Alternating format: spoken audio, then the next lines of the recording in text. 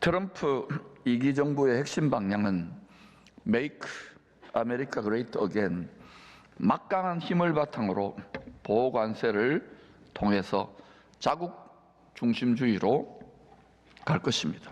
그렇게 말해왔고 그렇게 할 수 있는 진영이 구축되어졌어요. 이와는 달리 오랜 세월 동안 다보스 포럼은 관세 장벽을 낮추어서 전 세계를 하나로 묶는 경제 질서를 구축하고자 노력해왔습니다. 2025년은 미국이 주도하는 자국 중심의 큰 파도, 이게 하나의 큰 방향입니다. 또 세계를 하나의 시장으로 통합하려는 큰 파도, 글로벌리즘이죠. 이게 내셔널리즘과 글로벌리즘이 크게 충돌하는 그런 원년이 될 것입니다. 그것도 1월 20일 서로 다른 두 방향의 정상급 리더들이 모이는 거예요. 그러나 가장 높은 하늘의 보좌 아래에 있는 모임입니다. 지금 벌어지고 있는 한국의 정치적인 혼란도 이런 시각에서 볼 수 있어요. 거기에 북방 세력, 힘 있는 러시아, 특별히 중국, 그리고 남방에는 미국과 일본, 또 다른 유럽의 동맹국들, 고도의 지혜가 우리 민족 가운데 필요하고, 지금 이러한 엄청난 한국의 정치적 격변도 어디에 더 무게를 실느냐에 따라서 국가의 향배와 우리 개인과 가정과 사업의 모든 그러한 방향성이 달라지는 거예요. 그래서 하나님 말씀을 성령의 눈으로 조명하여 간절히 기도해야 될 때입니다. 특별히 하나님이 이 민족에게 나의 택한 자식들 있거든요. 복음의 씨를 뿌리면 살려달라고 하는 이 말씀에 응한다면 부족함이 있어도 우리 민족 가운데, 한국교회 가운데 긍휼을 베풀어 주실 것으로 믿습니다. 우리 기쁨의 교회도 그렇습니다. 내셔널리즘과 글로벌리즘, 이 두 큰 파도가 부딪히면서 새롭게 등장할 중요한 새 방향은 디지털 화폐 시스템이 될 것입니다. 오래전부터, 수십 년 전부터 미국과 대부분의 선진국들이 이 암호화폐를 통한 매매 결제 시스템을 구축하기 위해서 열심으로 노력해 왔습니다. 그리고 이 부분에서 기술적인 그리고 금융시장의 기축통화죠, 이 패권을 움켜쥐는 나라가 또 세계를 이끌죠. 왜? 돈이 너무너무 중요하니까. 세상을 움직이는 게 정치도 좀 돈이니까. 전 세계가 센트럴 뱅킹 디지털 커런시, CBDC, 따라합시다. CBDC. 이런 것들 좀 단어를 알아놓으면 좋아요. 여러분들 이런 걸 인터넷에 검색을 해보세요. 중앙은행 디지털 화폐 관리 시스템으로 달려가고 있습니다. 현금은 조금씩 캐시라고 그러죠. 조금 점진적으로 조금씩 줄어들 겁니다. 우리는 그 방향으로 지금 이렇게 훈련이 되어져 가고 있는 거예요. 한 해 한 해 계속 이 방향으로 가는 것을 피부로 느낄 거예요. 우리 자녀들은 이 세계를 특별히 살게 될 것입니다. 마태복음 4장에서 이 세상의 신, 이 세상의 임금인 사단, 시험하는 자 마귀가 사람이 된, 육체가 된, 밥을 40일 굶은 예수님을 시험하잖아요. 떡덩이 시험, 경제입니다. 성전 꼭대기 시험, 종교입니다. 높은 산, 마귀의 왕자로 데리고 가서 이 세상은 내 거야, 천하만고 영광 내 거니까 아담에게서 빼앗아 왔어, 나한테 엎드려 절해라, 경배해라, 그럼 다 줄게. 영혼을 어디에 팔아야 될지를 잘 생각하세요. 예수님은 자신을 피 흘려 우리를 피로 값주고 우리 영혼을 사신 것입니다. 예수님께 딱 붙어가야 돼요. 출렁출렁거릴 때 하나님의 말씀 반드시 성취된다 그러잖아요. 그 말씀에 꺼내 내 육체의 생각, 육신의 정욕을 따라 이리저리 바람이 나는 개와 같이 굴면 안 돼요. 다 묶어서 그렇게 가야 되는 겁니다. 그것을 지켜주기 위해서 묵직하게 지그시 눌러주는 것이 내 몫에 태인 십자가예요. 쉽게, 가볍게, 즐겁게, 기쁨으로 지고 갈 수 있기를 축원합니다. 왜 이게 성경대로 가는 방향이냐? 창세기 41장에서 애굽 바로 왕의 7년 풍년, 7년 흉년의 꿈으로 말씀하신 방향입니다. 거의 3,800~900년, 4,000여 년 전에 예언했던 거예요. 왜? 하나님은 시간 공간을 초월해 계시고 창조주고 새 창조주니까 능히 예언하실 수 있는 거예요. 또 다니엘서 9장 마지막 한 일해 동안 일어날 일의 방향입니다. 다니엘서 9장 27절 시작. 그가 장차 많은 사람들과 더불어 한 일해 동안의 언약을 굳게 맺고 이스라엘 예루살렘과 그 둘러싼 우리가 이슬람권이라고 하잖아요.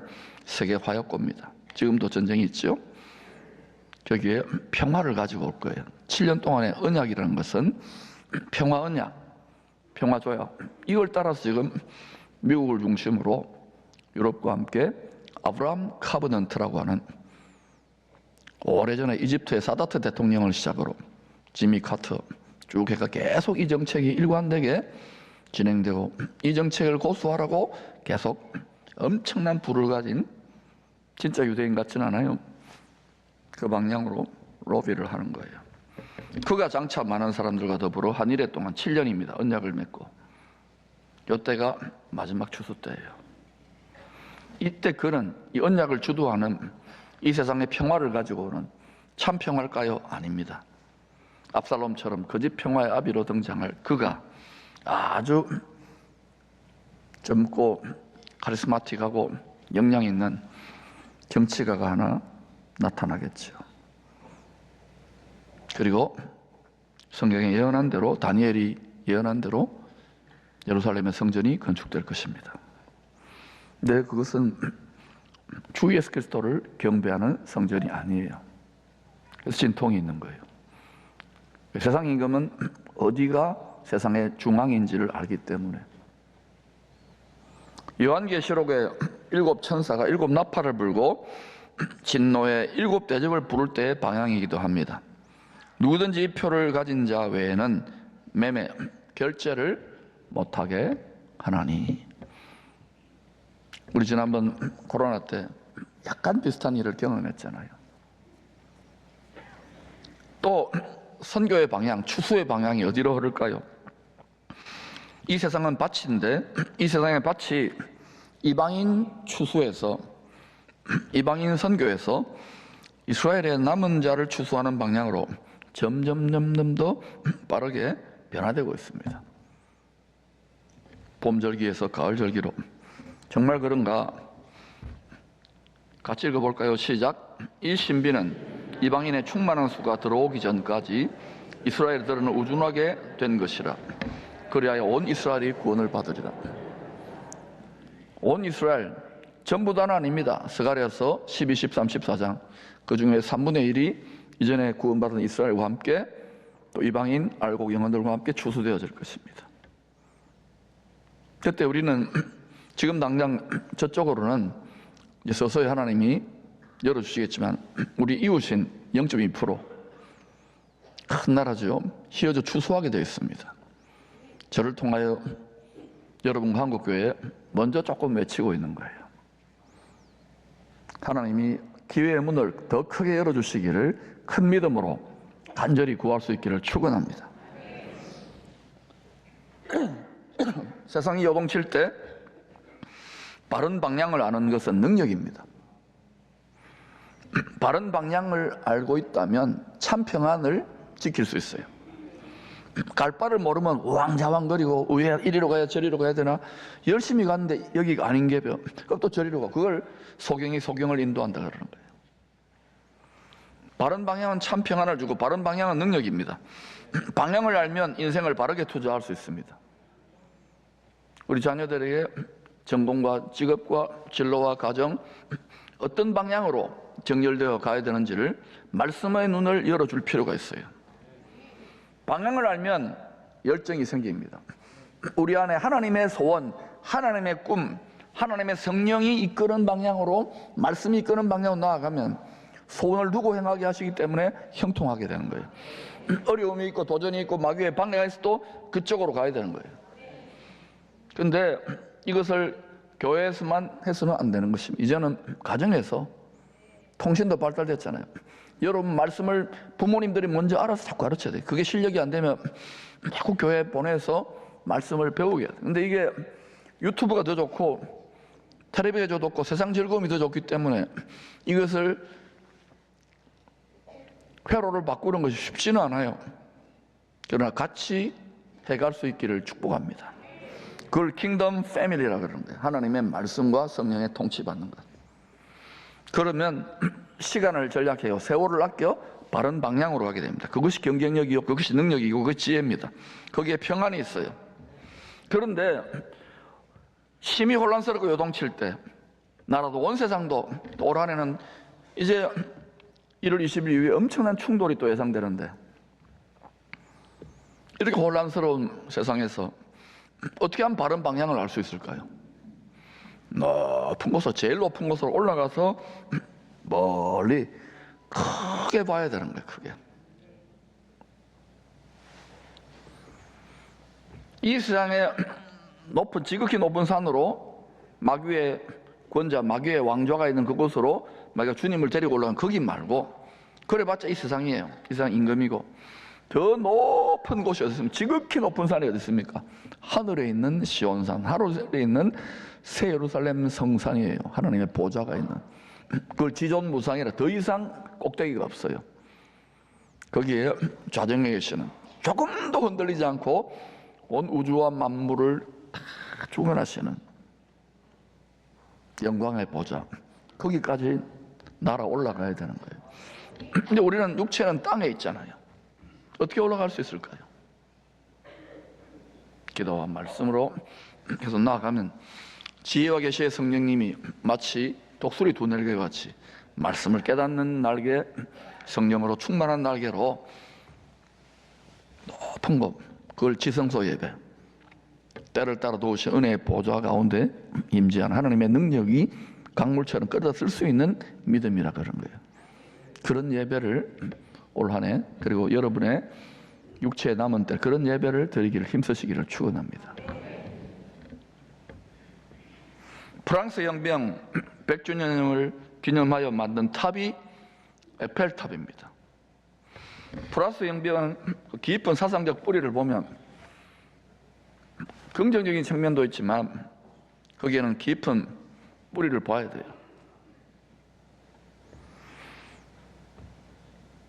324m의 높은 탑입니다. 에펠이 탑의 높은 곳까지 올라갈 수 있도록 설계했습니다. 그런데도 당시에 파리 시민들이나 왕이나 귀족들도 두려워서 올라가지를 않습니다. 너무 높은 곳이고 사람이 324m를 바벨탑처럼 세워놓았는데 그게 올라갈 자신이 없는 거예요.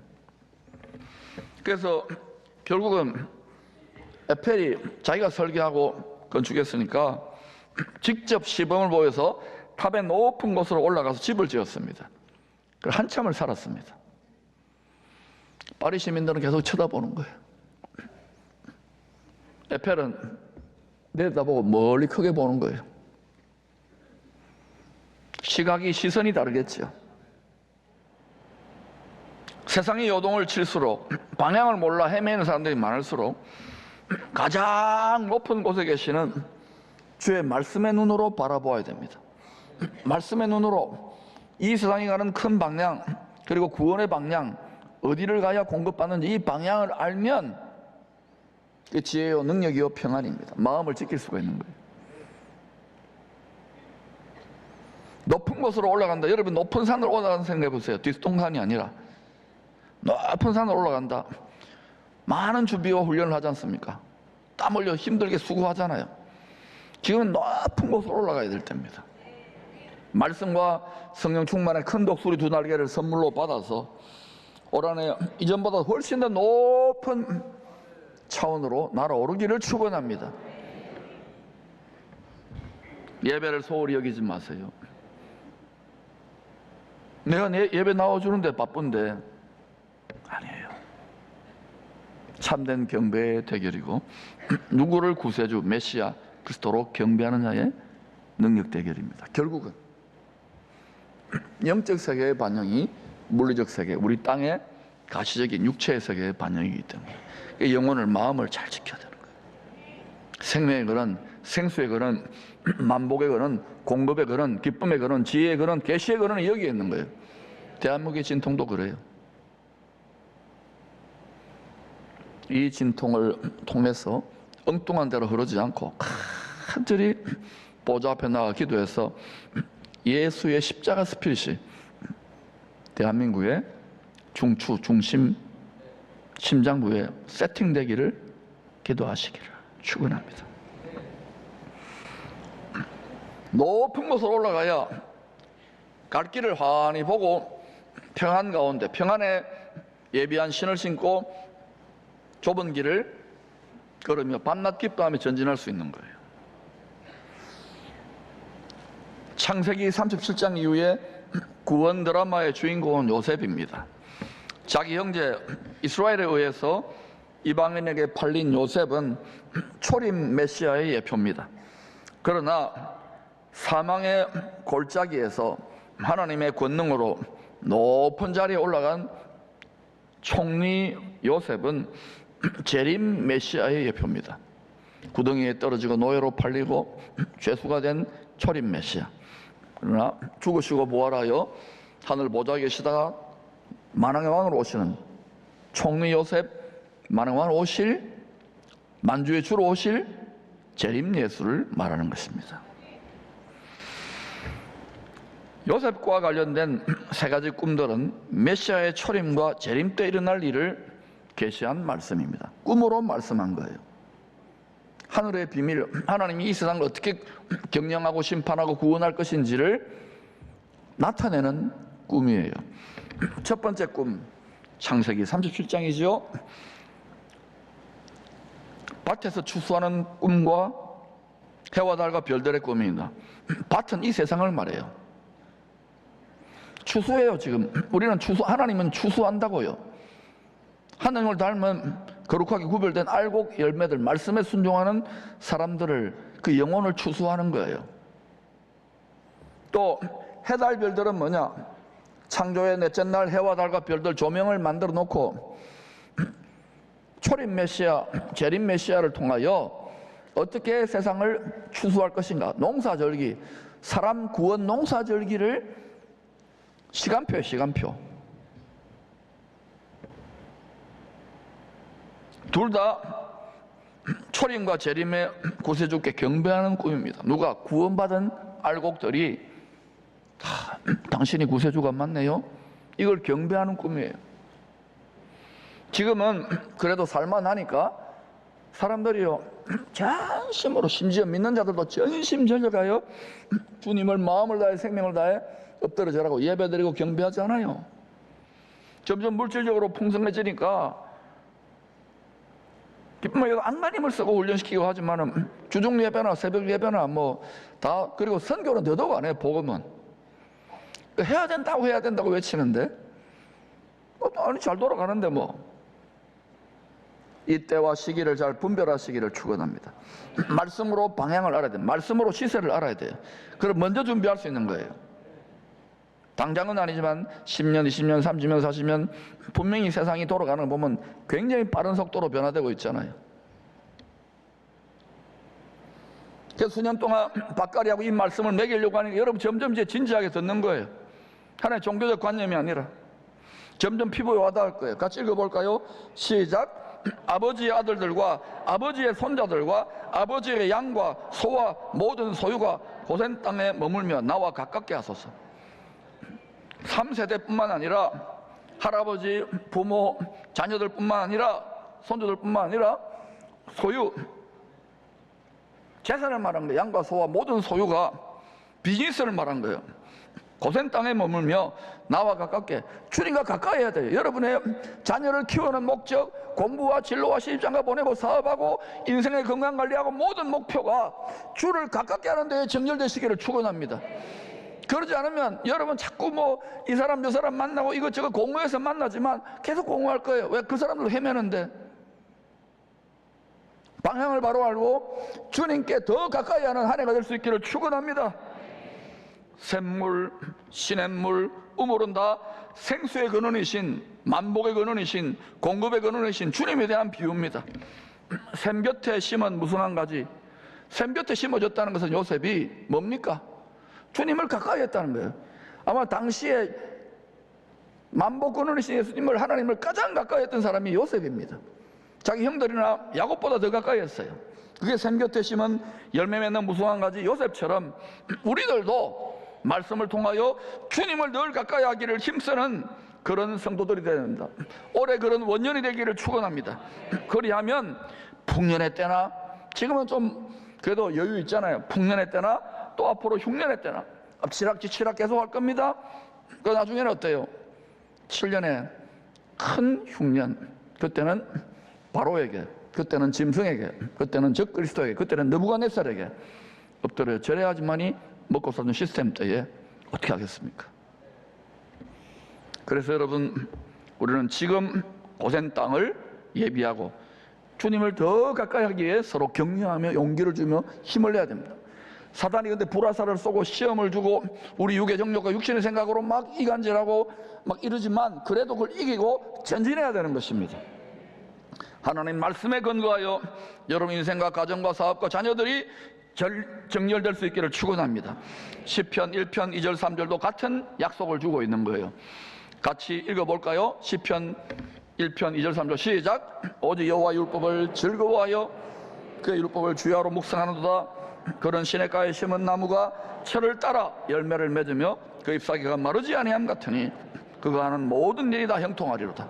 모든 일이 다 형통하려면은 어렵고 시험이 따라 결국은 형통하는 하나님의 뜻이 이루어지기 때문에 샘 곁에, 시냇가에, 주님 가까이, 고센 땅에 머물기를 힘쓰시기를 축원합니다. 세 번째는 고센 땅은 전능하신 주의 보호와 부족함이 없는 공급을 받을 수 있는 환난날의 피난처이기 때문입니다. 앞으로 기쁨의 교회가 지난 포항 지진 때 그 역할을 했던 것처럼 앞으로 올 한 해 많은 주님을 가까이 함으로 많은 축복과 능력을 받아서 이 역할을 이 도시만이 아니고 대한민국만의 일본과 열방을 축복할 수 있는 하나님 나라의 축복자들이, 고센 땅에 가는 자들이 많이 나기를 축원합니다. 핵심은 뭐냐? 요셉의 성품이에요. 원수를 용납하는 거예요. 화평케 하는 거예요. 이게 안 되고 막 입술로 막 이렇게 저주하고 비난하면 안 돼요. 힘들지요. 그러나 그때 찬양하세요. 찬양의 제물을 올려드리시고 포용하세요. 기다리세요. 인내하세요. 그러면은 하나님이 내 닮았구나 하고 그 통로로 쓰시는 것입니다. 그런 우리 기쁨의 교회 모든 성도들, 어른들이 될 수 있기를 축원합니다. 창세기 45장 11절 읽겠습니다. 시작. 흉년이 아직 5해가 있으니 내가 거기서 아버지를 복양하리이다. 아버지와 아버지의 가족과 아버지께 속한 모든 사람에게 부족함이 없도록 하겠나이다 하더라고 전하소서. 부족함이 없도록 하겠나이다. 부족함이 없도록 하겠나이다. 부족함이 없도록 하겠나이다. 부족함이 없도록 하겠나이다. 부족함이 없도록 하겠나이다. 누가 공급자인지를 분명히 하십시오. 이 세상에 거짓 풍요신, 바알신, 세력의 신, 권력의 신, 물질의 신, 만몬신에게 엎드려 절하지 마시고 겸하여 섬기지 마시고 오직 주님을 가까이 하기에 높은 산까지 올라가 주의 말씀으로 접붙여 주시기를 축원합니다. 먼저 하나님의 나라와 의를 구할 때에 우리의 모든 쓸 것을 다 하십니다. 여러분의 가정, 자녀, 건강, 교회 필요, 이 민족과 도시의 필요 하나님이 채워주실 줄로 믿습니다. 약속하셨기 때문입니다. 온 가족이 다 함께 말씀의 방향에 정렬되어 올 한 해 고센 땅에 거하는 성도의 복을 받는 원년이 다 되시기를 축원합니다.